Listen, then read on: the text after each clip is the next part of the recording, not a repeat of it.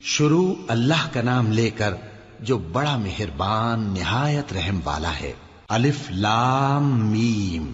اللہ جو معبود برحق ہے، اس کے سوا کوئی عبادت کے لائق نہیں، زندہ ہے، سب کو تھامنے والا۔ اس نے اے نبی تم پر سچی کتاب نازل کی جو پہلی آسمانی کتابوں کی تصدیق کرتی ہے، اور اسی نے تورات اور انجیل نازل کی تھی۔ یہ دو کتابیں اس نے پہلے نازل کی تھیں لوگوں کی ہدایت کے لیے، اور پھر قرآن جو حق اور باطل کو الگ الگ کر دینے والا ہے نازل کیا۔ جو لوگ اللہ کی آیتوں کا انکار کرتے ہیں ان کو سخت عذاب ہوگا، اور اللہ زبردست ہے، بدلہ لینے والا ہے۔ اللہ ایسا خبیر و بصیر ہے کہ کوئی چیز اس سے پوشیدہ نہیں، نہ زمین میں اور نہ آسمان میں۔ وہی تو ہے جو ماں کے پیٹ میں جیسی چاہتا ہے تمہاری صورتیں بناتا ہے، اس غالب حکمت والے کے سوا کوئی عبادت کے لائق نہیں۔ اے پیغمبر، وہی تو ہے جس نے تم پر یہ کتاب نازل کی جس کی بعض آیتیں محکم ہیں اور وہی اصل کتاب ہیں، اور بعض دوسری متشابہ ہیں۔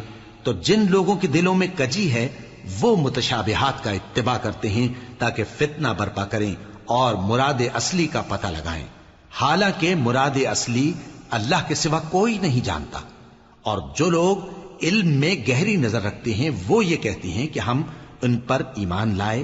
یہ سب آیات ہمارے پروردگار کی طرف سے ہیں، اور نصیحت تو عقل مند ہی قبول کرتے ہیں۔ اے پروردگار، جب تو نے ہمیں ہدایت بخشی ہے تو اس کے بعد ہمارے دلوں میں کجی نہ پیدا کر دیجو، اور ہمیں اپنے ہاتھ سے رحمت عطا فرما، تو بڑا عطا فرمانے والا ہے۔ اے پروردگار، تو اس روز جس کے آنے میں کچھ بھی شک نہیں سب لوگوں کو اپنے حضور میں جمع کر لے گا، بے شک اللہ خلاف وعدہ نہیں کرتا۔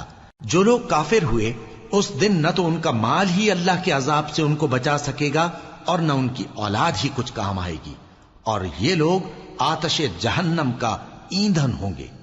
ان کا حال بھی فرعونیوں اور ان سے پہلے لوگوں کا سا ہوگا جنہوں نے ہماری آیتوں کی تکذیب کی تھی، تو اللہ نے ان کو ان کے گناہوں کے سبب عذاب میں پکڑ لیا تھا، اور اللہ سخت عذاب کرنے والا ہے۔